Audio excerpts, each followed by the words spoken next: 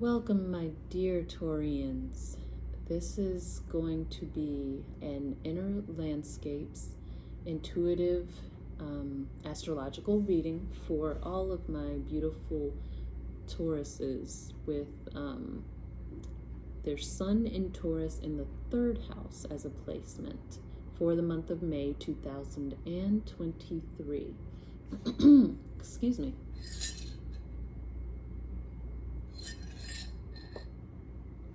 So, I hope you all have been well. You and yours, I hope you all are well. These readings, just to do a recap for any new members, these readings are for any Taurus with the placement, the 3rd house placement that I've mentioned.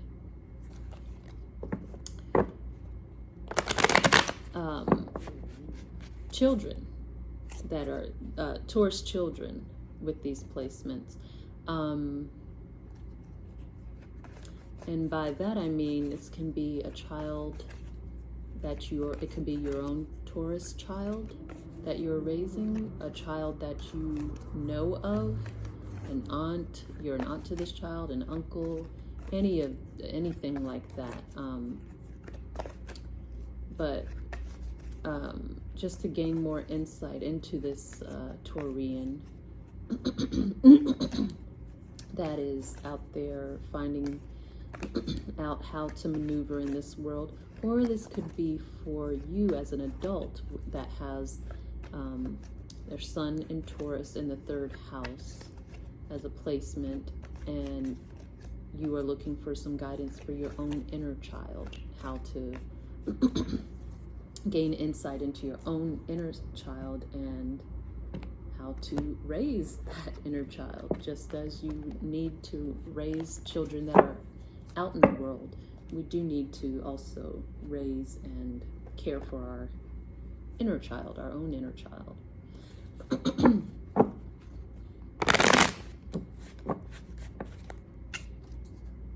So, what would you like our wonderful, sweet, decided Taurians with their sun in the 3rd house placement to know about their month of May 2023? It's interesting. I did want to say March. So maybe this is talking about things that have been happening or going on since March, or a particular scenario that may have happened back in March that they're bringing up that may be revisited this month of May. So we'll see. What messages do you have for our beautiful, sweet Taurians? What would you like them to know? What's going on with our Tauruses, our Taurus children?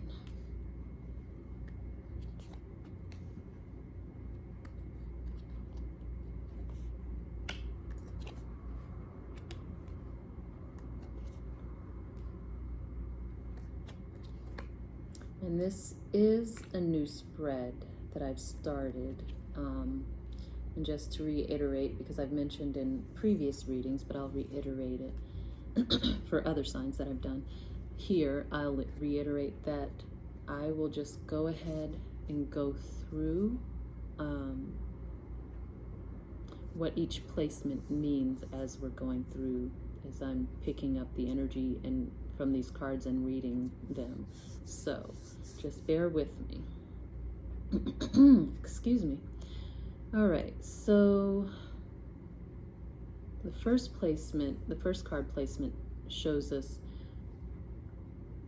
what the essence is of this child, this Taurus child, who they are in this lifetime at their core, or it could just be what the energies that they're exhibiting are for this month. And that is the Moon card.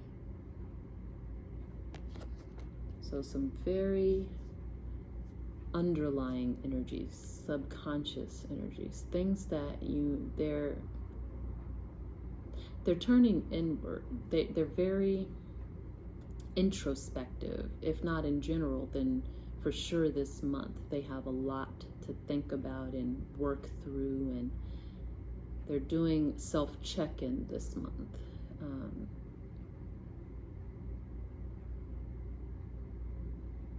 To shine some kind of light on experiences that they may be going through.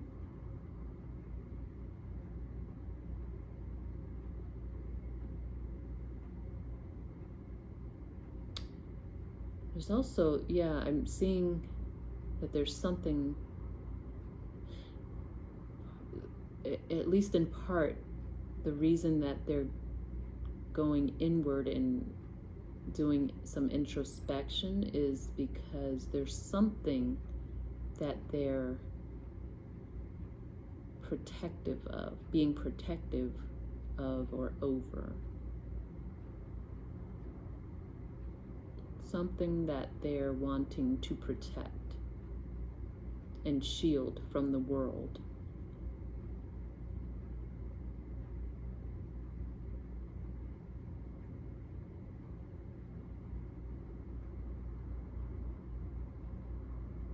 I'm also getting nurturing with this. Something that they want to nurture themselves. It's almost like a self-soothing skill that they're picking up on, or maybe they just have naturally. And or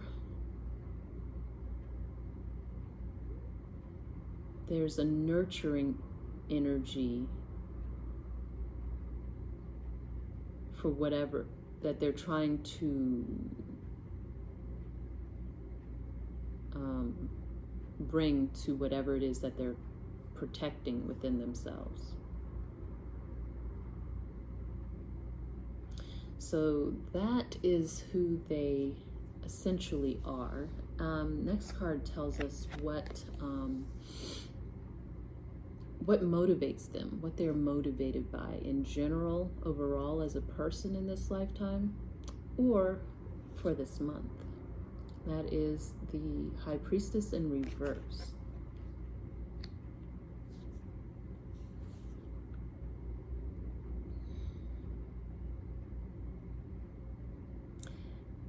So, almost contrary to who they are or the energies they're displaying for this month,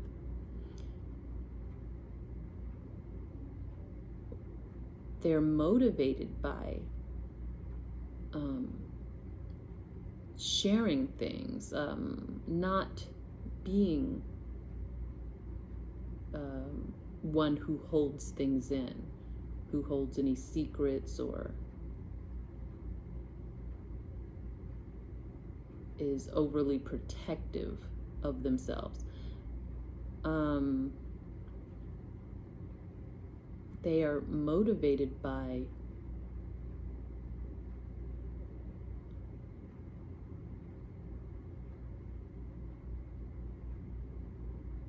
uncovering things, discovering things is what I really want to say, and sharing what they learn with others. So that's their natural motivation. They want to share, but for whatever reason, there is something that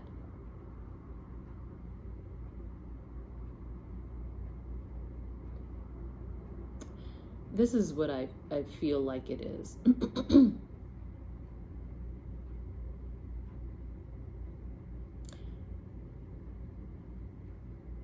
There are certain things for this Taurian that they see, or something that they see within themselves that they need to come to an understanding of, but that they need to protect from the rest of the world. everything else, and so they're very possessive and territorial over that portion, that they're, whatever it is that they deem needs protecting.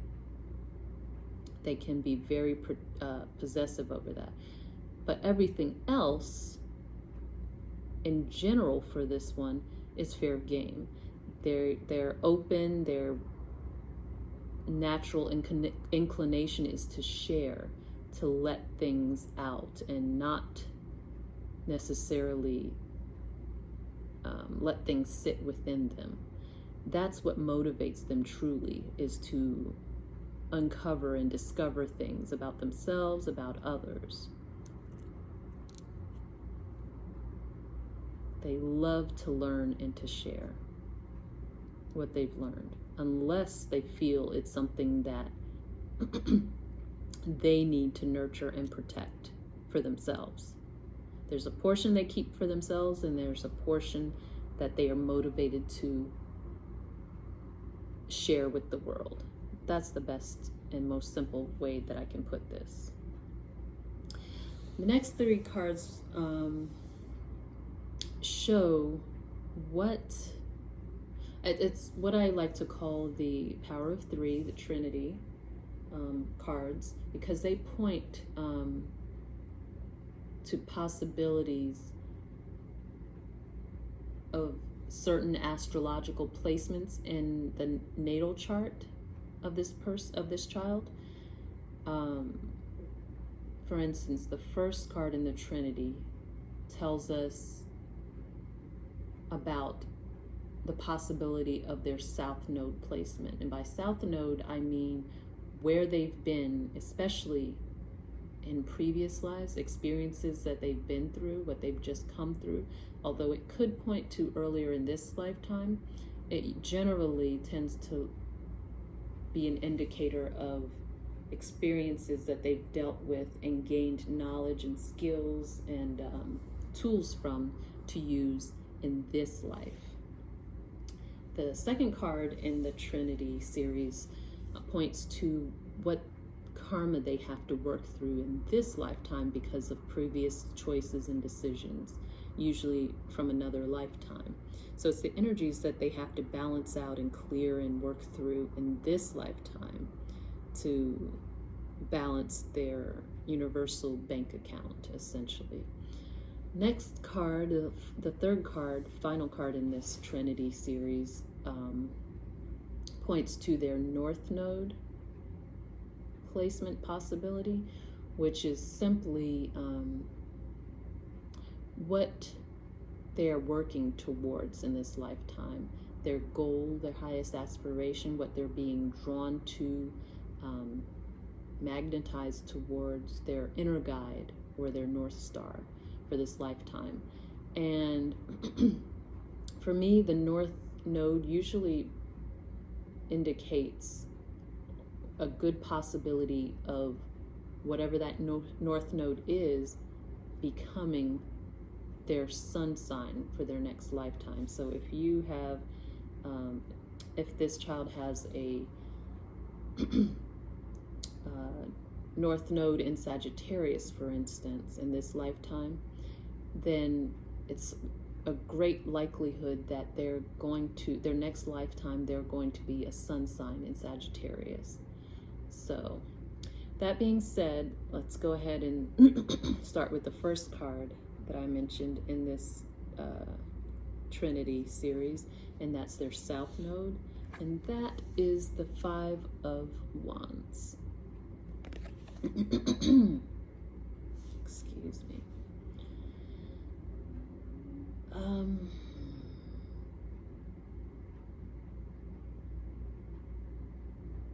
Stalemate is they've experienced some pretty serious, pretty hefty stalemates previously in their last incarnation, to where it looks like things may not have necessarily been resolved, that they rather then the situation having been resolved, or situations having been resolved, they may have pulled out their energies before things got to a solution point. But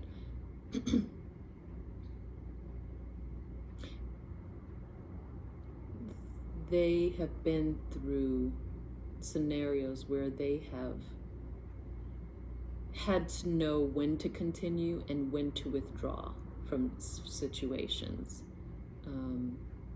likely due to stalemates is what I'm seeing.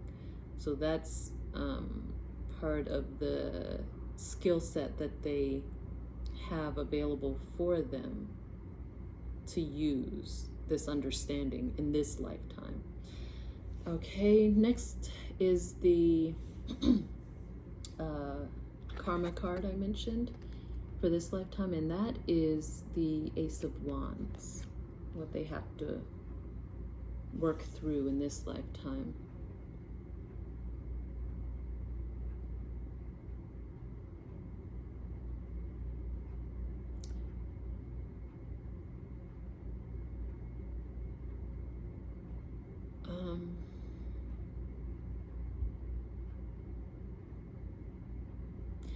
So this is really giving me the sense that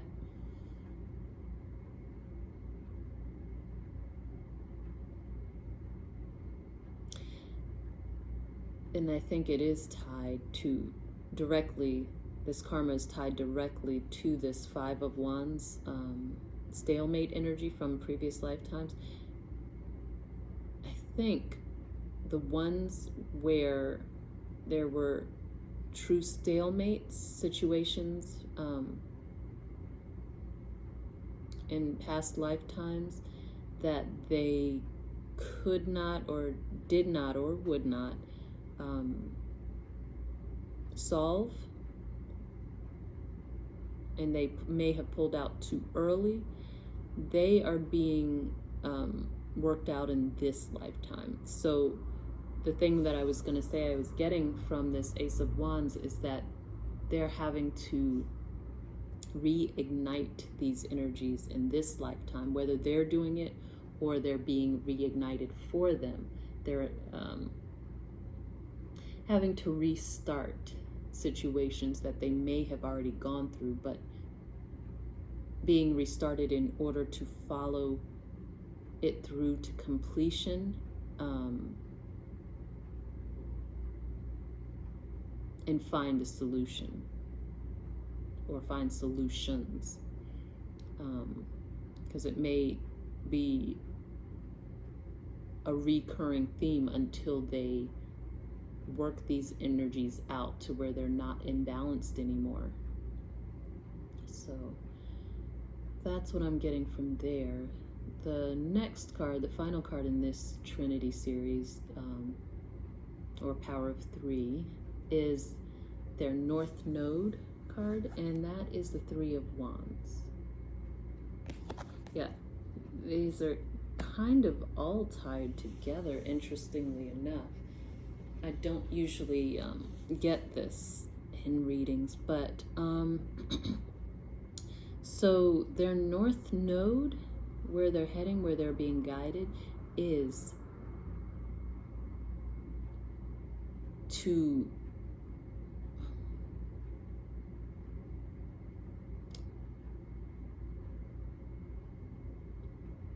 learn how to stand or come into the energy of standing in the solution, and waiting until things are worked out before moving on. That's just a simple, it's very straightforward here, a very simple energy. Before moving on, they have to, they're being guided towards figuring it out, figuring out the solution.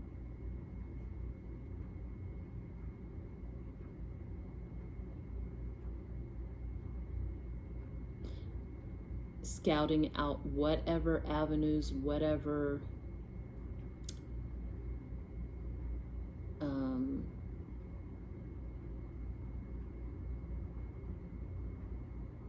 details will work for the stalemate to become unstalemated.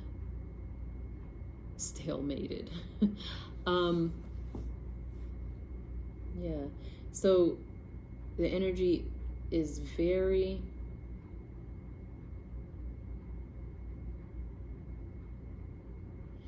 it's a cross between Sagittarius and Aries energy is what I want to say. That is the energy of their North Node for this lifetime. Okay. All right. So the next position, this card tells what you as the viewer, as someone in this Taurus child's life, can do to best support this Taurus child for being who they are in this lifetime and being the best of who they are, becoming the best of who they can be. And that's the King of Swords.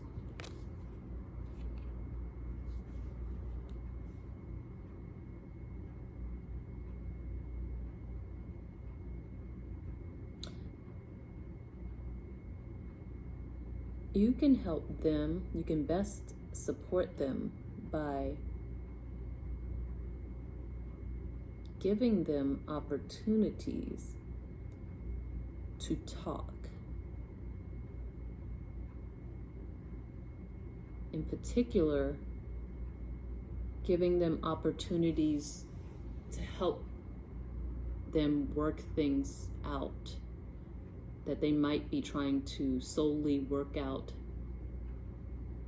inwardly. The more opportunities you can give this Taurus child to talk when they may have a certain reluctance to talk, as I mentioned initially with the protective energy I was picking up, the better is what I'm seeing. That's how you can truly help them. It'll help them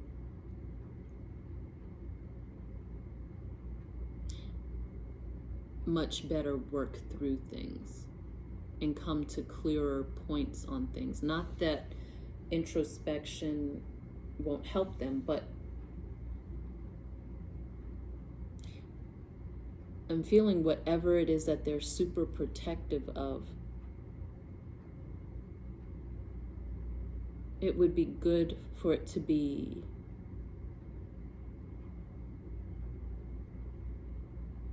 a shared point and to be worked on. Possibly first, so there's nothing necessarily wrong with what they're doing, protecting it inwardly, but eventually it is something that has to be, would be better shared. And the more opportunities you can give them to do that, the more support you are lending them and helping them be more of who they are and a better version of who they are. Finally, we have the card position that lets us know what this Taurus needs most, their deepest need for this lifetime, for who they are. And that's the Ace of Cups in reverse.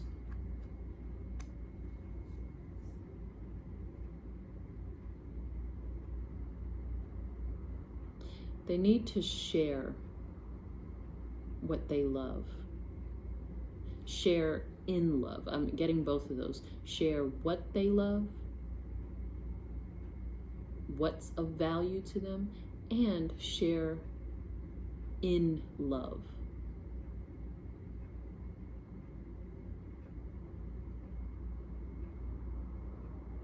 A lot of the things that they value most, like I was mentioning with the first card, they tend to become very protective and possessive of.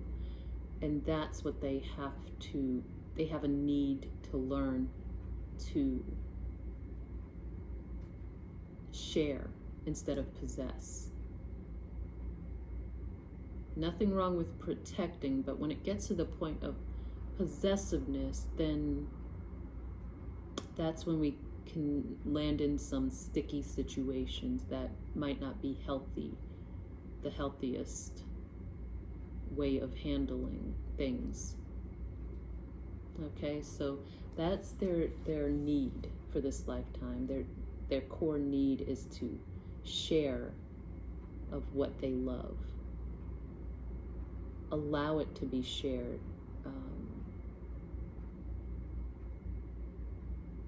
Instead of dominating or possessing it.